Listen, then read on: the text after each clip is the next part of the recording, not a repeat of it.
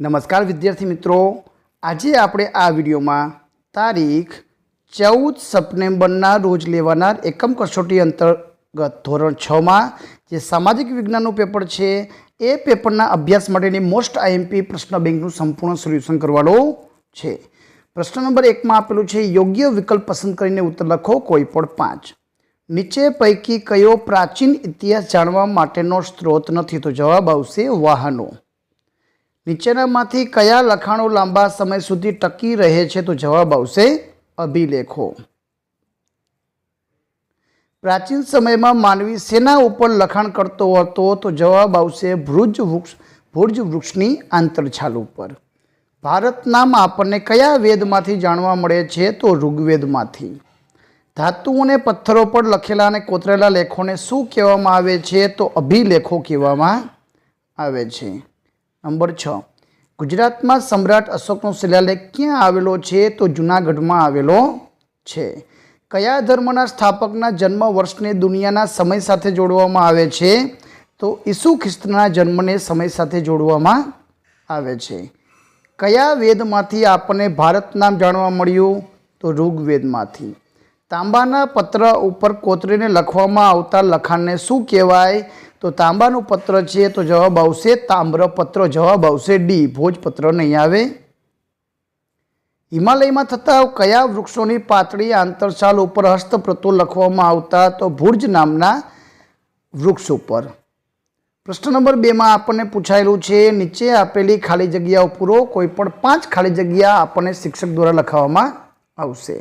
Number 1, સૌ પ્રથમ જવ અને ઘઉંની ખેતીની શરૂઆત ખાલી જગ્યા ગામમાં થઈ હોવાના પુરાવા મળ્યા છે? તો મેહરગઢ। આદિમાનવોના સ્થાયી જીવનનો પ્રથમ સાથીદાર ખાલી જગ્યા હતો? તો કૂતરો। ભીમબેટકાની ગુફાઓ ખાલી જગ્યા રાજ્યમાં આવેલી છે? તો મધ્યપ્રદેશ। આદિમાનવોના સમયને ખાલી જગ્યા યુગ તરીકે પણ ઓળખવામાં આવે છે? તો પાષાણ યુગ તરીકે ઓળખવામાં આવે છે। દક્ષિણ ભારતના ખાલી જગ્યામાં મળી આવેલી આદિમાનવોની ગુફામાંથી રાખના અવશેષો? તો કુર્નૂલ। ભીમબેટકાની ગુફાઓમાં આદિમાનવે દ્વારા લગભગ ખાલી જગ્યા ચિત્રો મળી આવ્યા છે? તો 500 ચિત્ર। મધ્ય ભારતની ખાલી જગ્યા પર્વતમાળામાં આદિમાનવના વસવાટની અનેક ગુફાઓ મળી છે? તો વિંધ્ય પર્વતમાળા। મહારાષ્ટ્રના ખાલી જગ્યામાંથી બાળકોના મૃતદેહના અવશેષો મળ્યા છે? તો ઇનામ ગામમાંથી। ખાલી જગ્યાને પ્રાચીન ભારતનું સૌથી પ્રાચીન ગામ કહી શકાય? તો મેહરગઢ। બુર્જ હોમ અને ગુફાલ પુરાતન સ્થળો ખાલી જગ્યા રાજ્યમાં આવેલા છે? તો કાશ્મીર રાજ્યમાં। ગુજરાતના ખાલી જગ્યામાંથી માનવ વસાહતો અને ગેંડાના અવશેષો મળ્યા છે? તો લાગણજ। ઉત્તર પ્રદેશના ખાલી જગ્યા ચોખા, ઘેટા, બકરા અને પથ્થરના ઉજારના અવશેષો મળી આવ્યા? તો મહાગઢામાં। કોલ્ડી હવા પુરાતન સ્થળ ખાલી જગ્યા રાજ્યમાં આવેલું? તો ઉત્તર પ્રદેશમાં।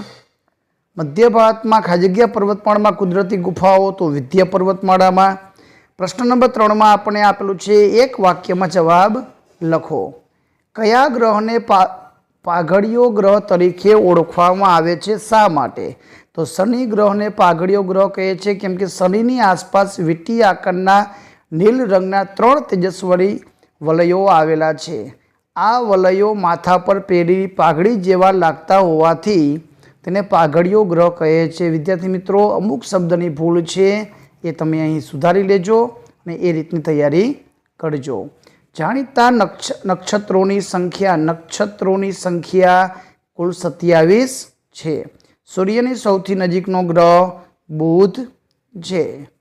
14મી જાન્યુઆરીએ મકર સંક્રાંતિ શા માટે કહેવામાં આવે છે? તો 14મી જાન્યુઆરીએ સૂર્ય મકર રાશિમાં પ્રવેશ કરે છે માટે 14મી જાન્યુઆરીને મકર સંક્રાંતિ કહેવાય છે। ઉત્તરાયણ એટલે શું?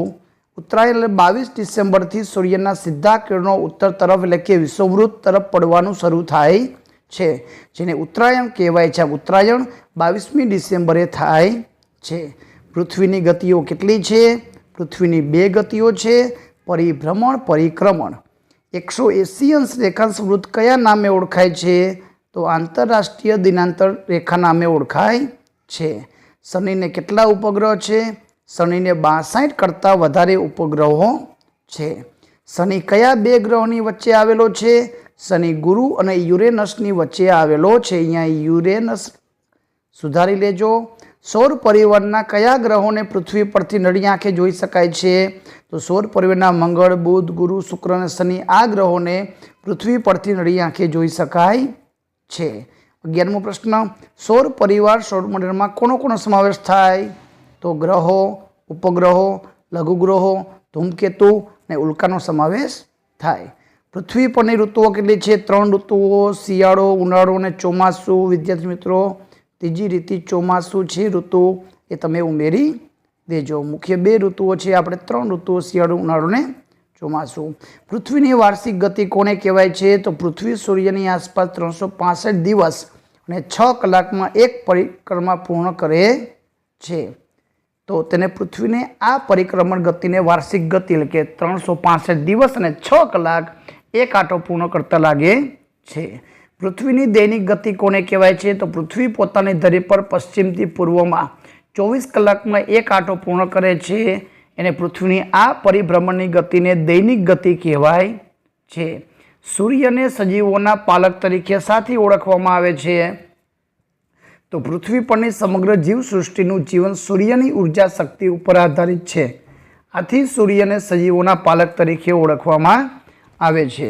પ્રશ્ન નંબર 4, નીચેના પ્રશ્નોના ઉત્તરો આપો. વિદ્યાર્થી મિત્રો, અહીં કોઈ પણ 3 પ્રશ્નના જવાબ લખવાના છે. અહીં ભારત બિન સાંપ્રદાયિક દેશ છે. બીજો પ્રશ્ન મફત અને ફરજિયાત પ્રાથમિક શિક્ષણના અધિકાર વિશેનો છે. ત્રીજો છોકરા છોકરીના ભેદભાવ વિશેનો છે. ચોથો ટૂંકનોંધ કટિબંધો વિશે આપેલો છે.